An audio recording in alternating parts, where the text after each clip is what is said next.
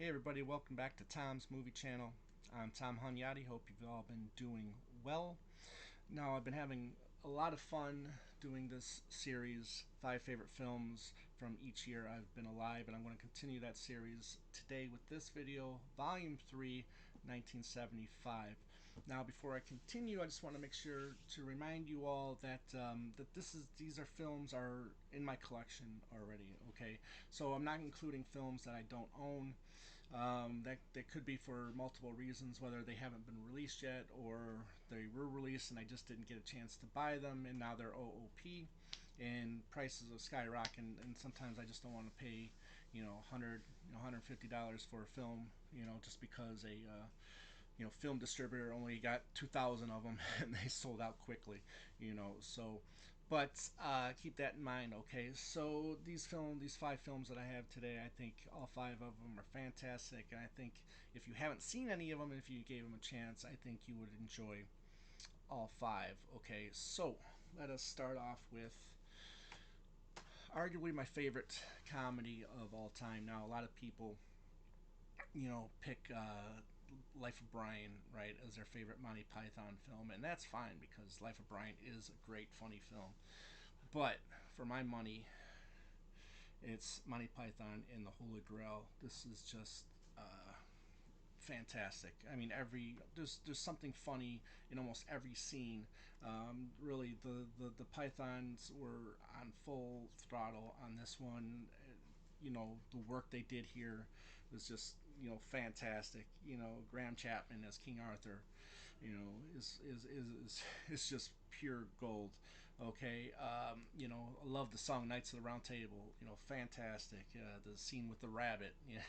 It's just so many great funny scenes. And I can hear somebody saying "Get on with it" in the background. But yeah, this is just fantastic. Directed by Terry Jones and Terry Gilliam. Just a super duper comedy. If you haven't seen it yet, please check out Monty Python and the Holy Grail. Okay. Next up, now Jaws. Okay, what can you say about Jaws that hasn't been said already? This is the fantastic. I mean, let me know in the comments. What do you think? Did this start the blockbuster? Right? Did this start the big movie budget film that we know now, right?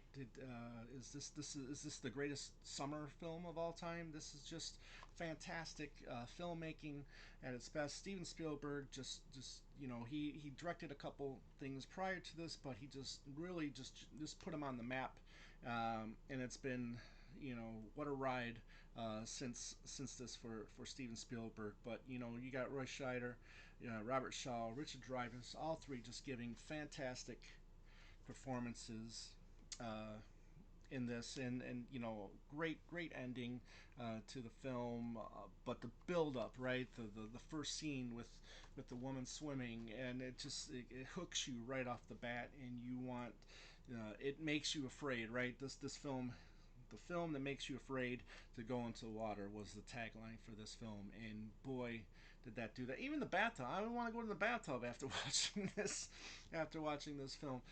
Super fantastic film. John Williams, right?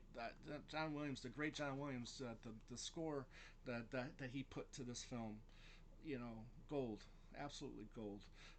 Hopefully, you've all seen Jaws because it needs to be seen. Okay. Next up, I'm going to give you my oddball oddball film. In the early '90s, I discovered a film called Amadeus. Okay, fantastic film. Watching that, I really became a fan of Wolfgang Amadeus Mozart's music, and I started buying his music and listening to a lot of it, and just been blown away by all of it, and especially his operas. Okay, I discovered one that became my favorite, and it's called the Magic Flute. Okay, which is my all-time favorite opera. Period. All right. Later on, when I started collecting Criterions, I discovered that the great Ingmar Bergman did a film of the Magic Flute. This is by far one of the best opera films on the planet, and Ingmar Bergman is knock it out, knock this one out of the park. Now, why is this my favorite? I mean, it's a great tale, right? A princess is captured.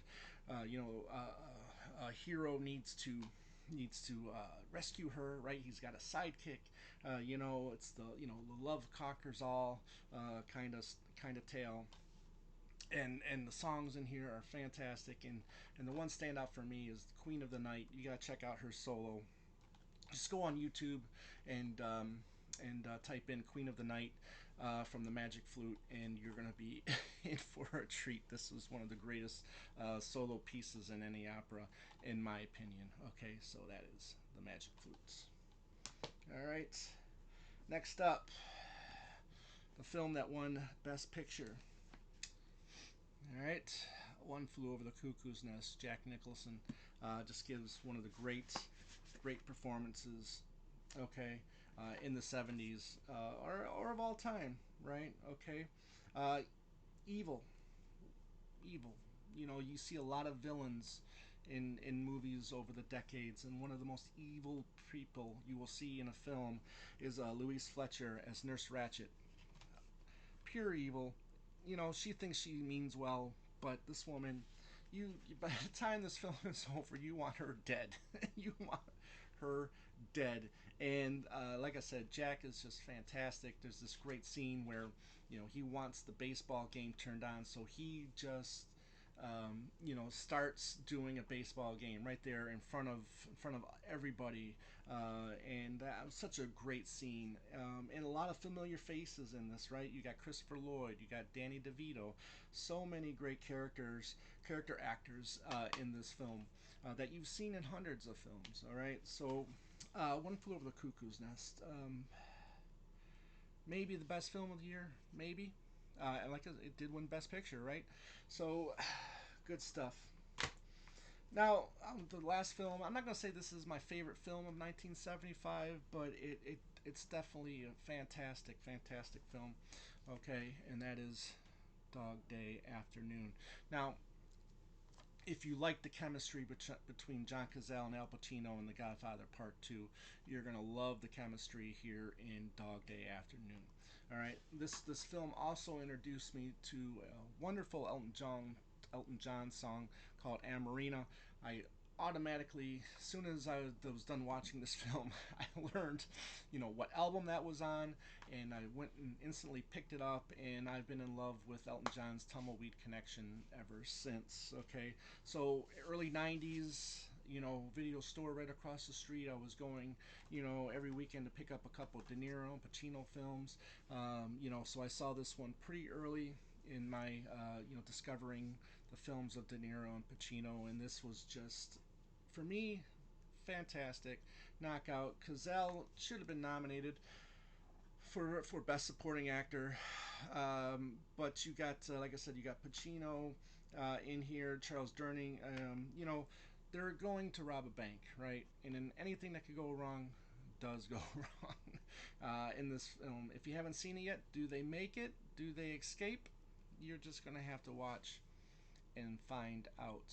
Okay, so Dog Day Afternoon. Well, that was my top 5 from 1975. I'll be back soon with Volume 4, 1976. All right, everyone, take care.